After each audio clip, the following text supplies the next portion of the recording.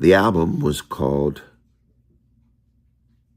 World, Folk Zen.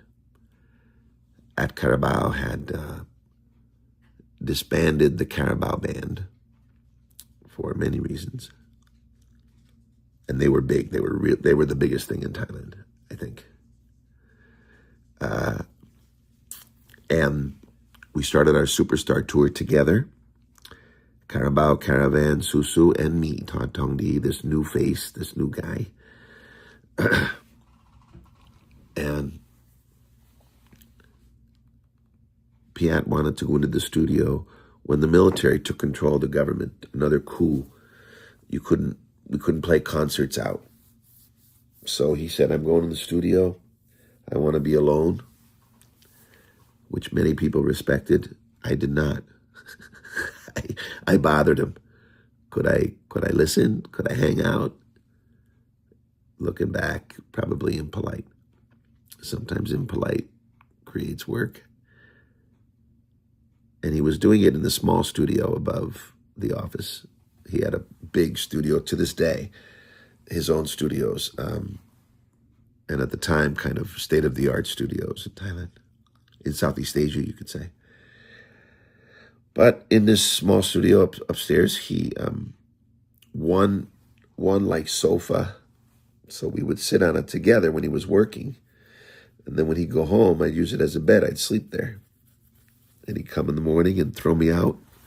I'd get up and go down and take a shower and come back. But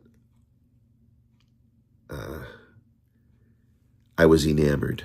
I couldn't believe it. I mean, I had been writing songs. I had all kinds of visions for my own band and albums since I was a kid. But here I was watching like a craftsman, a real artisan who had created songs that were the biggest songs in Thailand. Here down to his kind of naked self, alone. He wasn't using the term Carabao. He was calling it by his name, Yunyon Opakun. And I watched every day as he came in with nothing in his hands, a yellow legal pad and a pencil. Unlike me, who wrote and wrote and wrote and practiced. And so it was just amazing to watch. And I was falling in love with the melodies. And at night when he would leave, I started to ask the engineer if I could sing a little bit. Actually, I had to exchange dirty pictures. At the time, you could get these cards that were like, naked ladies. And he liked them, and I got them for the engineer, and he let me sing. So I would write English words to those Thai melodies. And one day, At came in the morning, and one of the tracks I was on came up, and he said, "Who let this kid do this?" And he was kind of scolding the engineer when his brother walked in, Eat Carabao. Some people don't even know that Piat has a twin. And some people say he's the only guy in the world that can give Piat a hard time. And I liked him. He liked me. But he heard Piat chastising or yelling at the engineer. Not yelling. That's not Piat. He wouldn't. Scolding him. And he said, "Why don't you use the kid?" So Piat let me sing.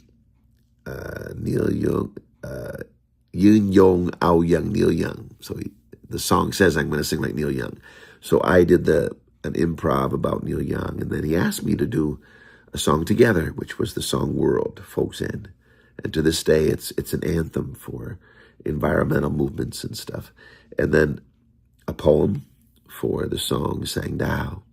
And then a risky singing, shouting actually, on the song Luang Papa Jack about a monk, true story, a monk who disrobes to try to protect the forest in Buriram, which was actually very dangerous at the time. The military wanted that land. But that album was, the incubator was where I saw the light, the opportunity to create. Thank you again, Piat. And that song, Folks End.